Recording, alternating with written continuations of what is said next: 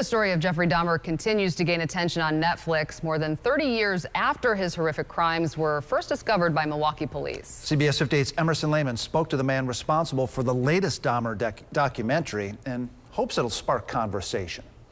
Jeffrey Dahmer was taking another look at the Dahmer story through a 2022 lens where we can really drill into some of the racial issues and some of the poor police community relations in Milwaukee. Joe Berlinger's Netflix documentary Conversations with a Killer, the Jeffrey Dahmer tapes, which came out on Friday, speaks with key figures in the Dahmer story from here in Milwaukee, including Annie Schwartz, author of the book Monster, the true story of the Jeffrey Dahmer murders. When you're standing at 25th and Kilbourne in the city of Milwaukee, where you grew up, you don't imagine that you're standing in front of what is going to be a global crime story in 24 hours. A former reporter for the Milwaukee Journal Sentinel, Schwartz found herself at Dahmer's apartment door on July 22, 1991, as police began to uncover the horrifying crimes that had taken place. Bodies mutilated and eaten, all documented with Polaroid photographs taken by Dahmer himself. I came up to an apartment where something had happened. I looked inside, and it didn't look like the kind of place where what I was told had happened. One of his 17 victims, 14-year-old Conorak Cynthia Symphone, was returned to Dahmer by 2 Milwaukee police officers after he tried to escape. Neighbors urged police to investigate further.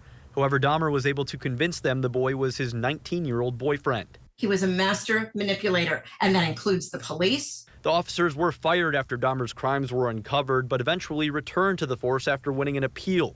Schwartz argues while mistakes may have been made, officers in 1991 were dealing with a very different world than the one we live in today. We had a very closeted gay community here in the city of Milwaukee. I don't think it's out of question to say, these police officers had only the information they had in 1991. Very dark times.